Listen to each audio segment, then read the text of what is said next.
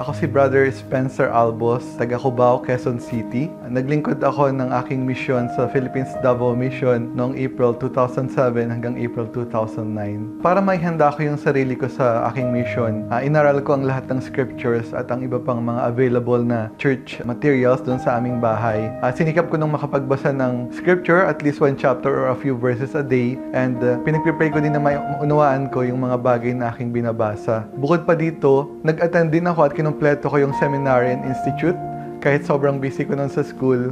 At kinumpleto ko din yung aking Duty to God program ng Aaronic Priesthood. Nakatulong yun sa akin upang matutunan ko kung paano mag-set ng goal, gumawa ng mga plano, at ma-achieve yung mga goals na yun sa pamamagitan ng careful implementation ng aking mga plans. At nakatulong din yun sa akin upang magkaroon ng balanse sa iba't ibang aspeto ng aking buhay. Kapag may mga doktrina o prinsipyo na hindi ko naiintindihan, masigasig ako sa pagtatanong sa aking mga leaders, teachers, at saka parents. Gustong-gusto ko na talaga mag-mission bago pa man ako naging 19 years old nung panahon na yon. Medyo naging mahirap lang para sa pamilya namin nung time na naging 19 years old ako. Kasi 1 year before that, namatay yung tatay ko dahil sa atake sa puso. Bilang panganay sa aming pamilya, syempre malaki yung inasahan sa akin ng aming mga kamag-anak na ako yung tutulong sa aming nanay. Nung naging 19 years old na po ako, nag-aaral ako nun sa college sa Universidad ng Pilipinas sa Los Baños. Isang taon na lang matatapos ko na yung aking college. Ang nagpapaaral sa akin nun yung aking scholarship. At ang isang naging challenge nun, kung ako ay aalis, papunta ng mission, pwedeng mawala sa akin yung aking scholarship. At kapag mangyari yun, maaaring hindi na ako makatapos ng college pagbalik ko. Kahit na may mga ganong challenge o hamon, nag-decide pa rin ako na tutuloy ako papuntang mission. Dahil alam ko na mawala man yung mga bagay na yun, magiging malaking bagay, malaking serbisyo para sa Panginoon at sa mga iba pa na makikilala ko yung pagsaserve ko bilang mission. I believe na yung mission ko yung nag-prepare sa akin para maging isang magaling na teacher at magaling na lawyer.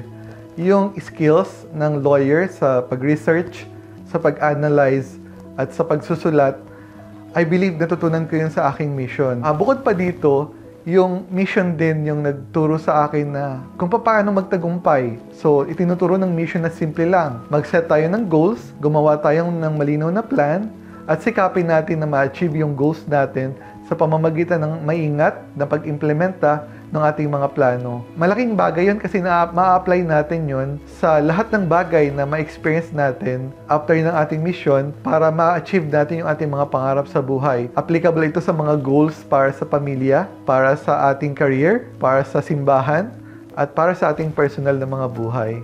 Nung nasa mission ako, tinrain ako ng Panginoon na maging matapang sa paglaban ko para sa Kanya. I think mahalaga yon dahil ngayon sa profession ko bilang lawyer, nagagamit ko yon sa mga bagay na kung saan kailangan ko siyang ipagtanggol at ipaglaban. May mga bagay na ipinagawa sa akin ng Panginoon na importante para sa Kanyang simbahan at para din sa mga member ng simbahan at para din sa iba pang mga tao.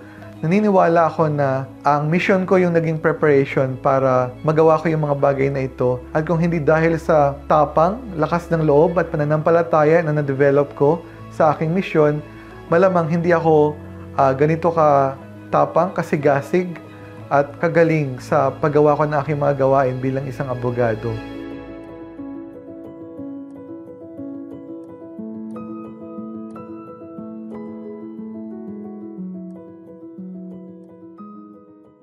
Sa mga rising generation, iniimbitahan ko kayo na gawin ninyo ang example na ipinakita ni Nephi na nanalangin siya sa Panginoon para maunawaan niya ang mga plano ng Panginoon at ang mga nais ng Panginoon na ipagawa sa kanya.